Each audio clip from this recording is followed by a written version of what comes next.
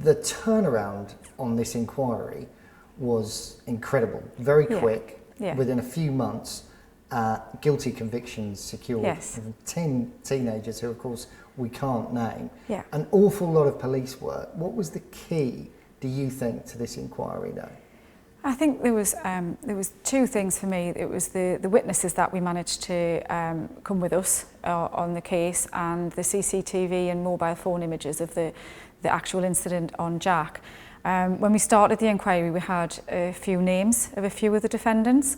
So we started with those names and we managed to get charges secured against those first individuals. And then it was a case of really thinking they weren't the only ones involved and unpicking all of the CCTV and all of the witnesses to see, of the witness statements, to see who was actually involved and who actually was involved in assaulting Jack and what they did, so we could then add other defendants to the case. And I think it was around about, by the Christmas time, we added more defendants and we ended up with the 10 and the same court date, the same trial date. So we had to very quickly turn everything around. But without those witnesses and without the specialist teams that we used to unpick the CCTV, it would have been really, really tricky. Just dealing with those two things one at a time, because if I'm hearing you correctly, both were equally important. When you got that CCTV footage, presumably for your team, it's shocking, but you also know it's key. And tell us where it came from as well, if you can. So we got some CCTV from the local area, which is your standard CCTV that you'd find in any community, and we conduct a trawl and we just recover all of that footage. It was at night, it was dark, so sometimes the quality isn't as good. But what we were able to do is use that, create it in sort of a sequence of events, put it all together so we could follow people throughout Houghton village, as it was, and see where they went and where they came from, and basically track everyone through to make sure we got the right people doing the right things and involved. But then we also got some footage from a mobile phone because someone had recorded part of the incident, or certainly there was 2 bits of footage that gave us this recording. And obviously that gave us much clearer footage, but in a much shorter clip. So it wasn't the whole incident, it's not continuous recording. So we were able to use that clearer footage of maybe the back of someone with certain clothing to link it to the CCTV and then follow those people throughout the night, really. That coupled with those witnesses, that some of them were named and were able to describe what people were wearing and where they were at certain times, we were able to basically unpick each event and see who did what. And it was that mobile phone footage that you heard those chilling words on. Yes. Get the chopper out could be heard on that footage. Your team must have been equally shocked at that moment, yeah? Yeah. I mean, that sort of, just focuses your mind really that these children were going into a fight knowing that a knife was going to be used. It was shouted, it was very loud, it was so clear, and it wasn't just said once, it was said a number of times. And that group knew that they were going into a fight with a knife. There was no doubt about that.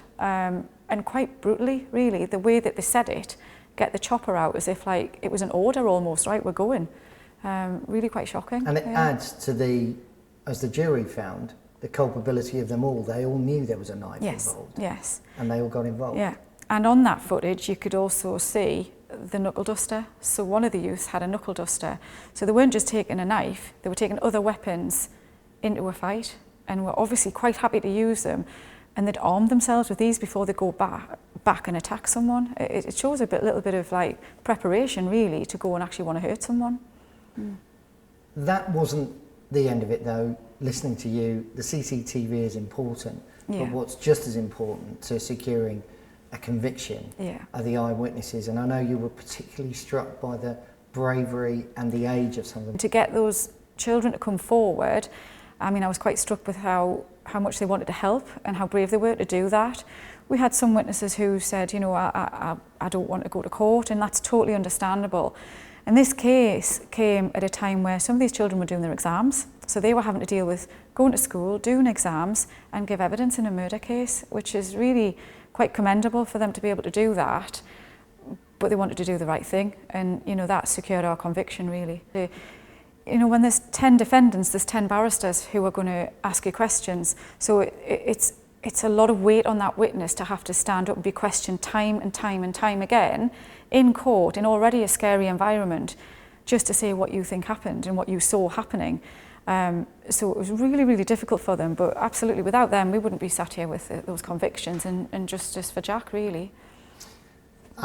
Moving on to after the arrests were made, clearly all 10 are questioned, and I know there were a few more questioned at one point, but sticking with those 10, your memories, the things which struck you most, in particular, and we did hear some reference to this in court, did they realise the seriousness of what they'd done when they were arrested? Did they expect to be charged with murder?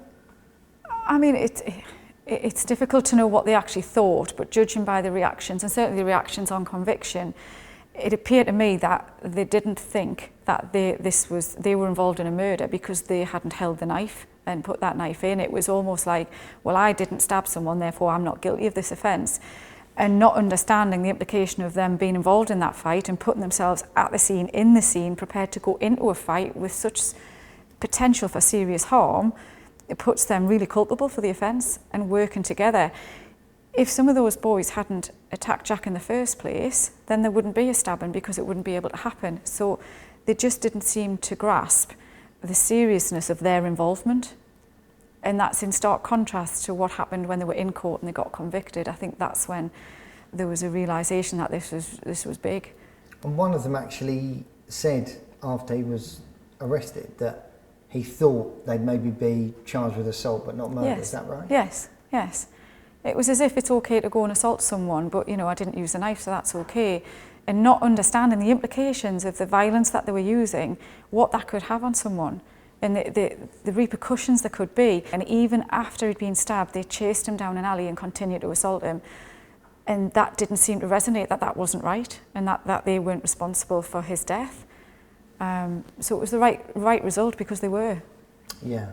This case clearly sends a powerful message, doesn't it? Not just to teenagers in this part of the world, but across the country, about the ramifications of one of your number carrying a weapon and you being part of what follows. Do you agree with that? Yeah, absolutely. I mean, these children knew that there was a knife there and were quite happy to go with that person and be part of an assault where a knife was present. And, you know, of course you're responsible for the murder, you can be.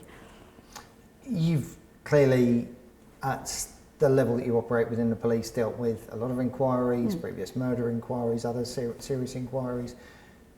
I'm interested in your own personal thoughts when those verdicts came back. They weren't necessarily just one of celebration, were they? Anything like? Oh, no. I mean, it was really bittersweet because, you know, I do this job to get justice and to basically investigate serious offences and bring people to justice and get justice for the families of people who've been bereaved and the victims. But ultimately, these are children. Their lives are devastated, and watching the impact of children getting found guilty of murder, it was devastating. I was in the courtroom and it was really, really traumatic.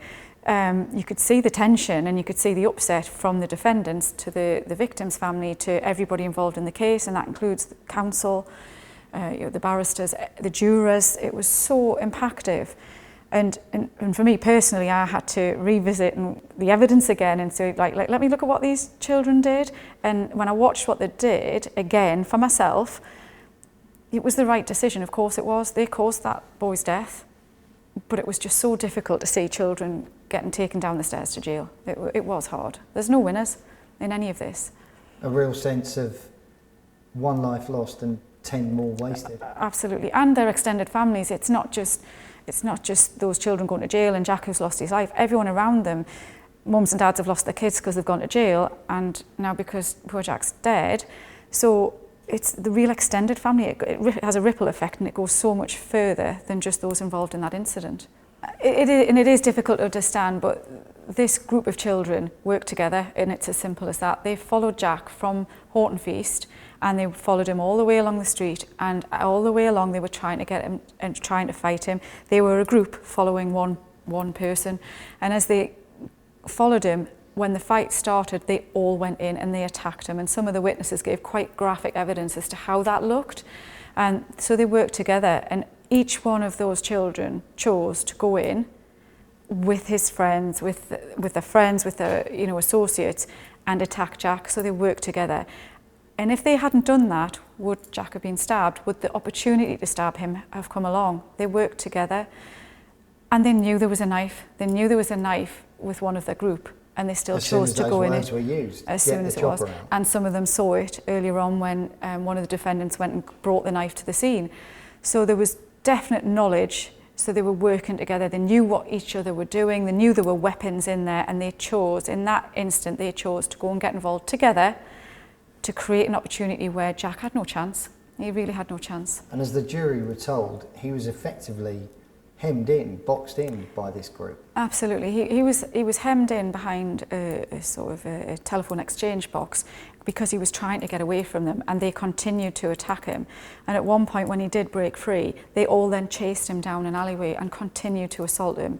And at no point did anyone think, let's get him help, let's stop, this has gone too far. They all continued and they worked together.